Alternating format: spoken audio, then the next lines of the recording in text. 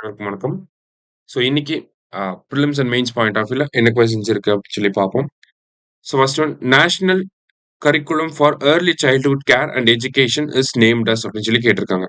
ஆரம்பகால குழந்தை பருவ பராமரிப்பு மற்றும் கல்விக்கான தேசிய பாடத்திட்டத்தினுடைய பெயர் என்ன அப்படின்னு சொல்லி பார்த்தீங்கன்னா, ஆதர்ஷீலா அப்படின்னு சொல்லி பெயர் வச்சிருக்காங்க. சரியா? தமிழ்நாட்டுல எப்படி ஆடி பாடி விளையாடு பாப்பா அப்படின்னு சொல்லி வச்சிருக்காங்களோ, அந்த மாதிரி ஆதர்ஷீலா அப்படிங்கிறது நேஷனல் லெவல்ல ஏர்லி சைல்ட்ஹுட் கேர் அண்ட் எஜுகேஷனுக்கான கரிக்குலமோட நேம்.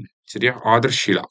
அடுத்தது The National Framework for Early Childhood Stimulation is named as ஆரம்பகால குழந்தை பருவ தூண்டுதலுக்கான தேசிய கட்டமைப்பு எவ்வாறு பெயரிடப்பட்டுள்ளது?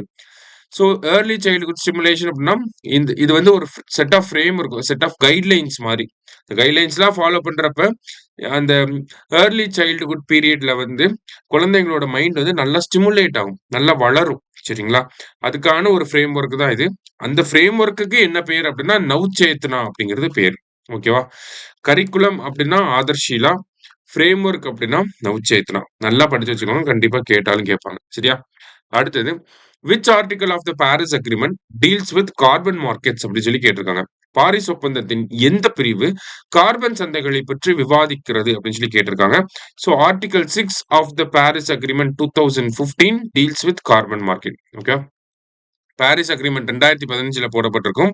அதனுடைய ஆர்டிகல் 6 தான் என்ன பண்ணுது, இந்த கார்பன் மார்க்கெட்டை பத்தி இருக்கக்கூடிய ஆர்டிகல். சரியா? கார்பன் மார்க்கெட்னா ஆர்டிகல் 6 வரணும். சரியா? அடுத்தது which of the following court in India published a set of guidelines for the use of AI in judiciary அப்படின்னு சொல்லி கேட்டிருக்காங்க.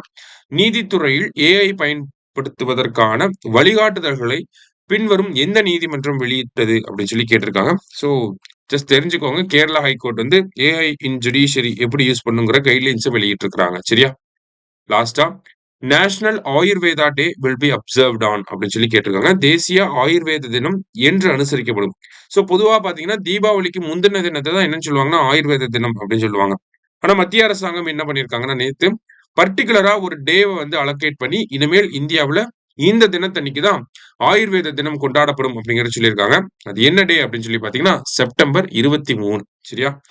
ஸோ செப்டம்பர் 23 இனிமேல் என்னது நேஷனல் ஆயுர்வேதா டே. சரியா? இன்னைக்கு 5 கொஸ்டின்ஸ் பார்த்திருக்கோம். தேங்க்யூ.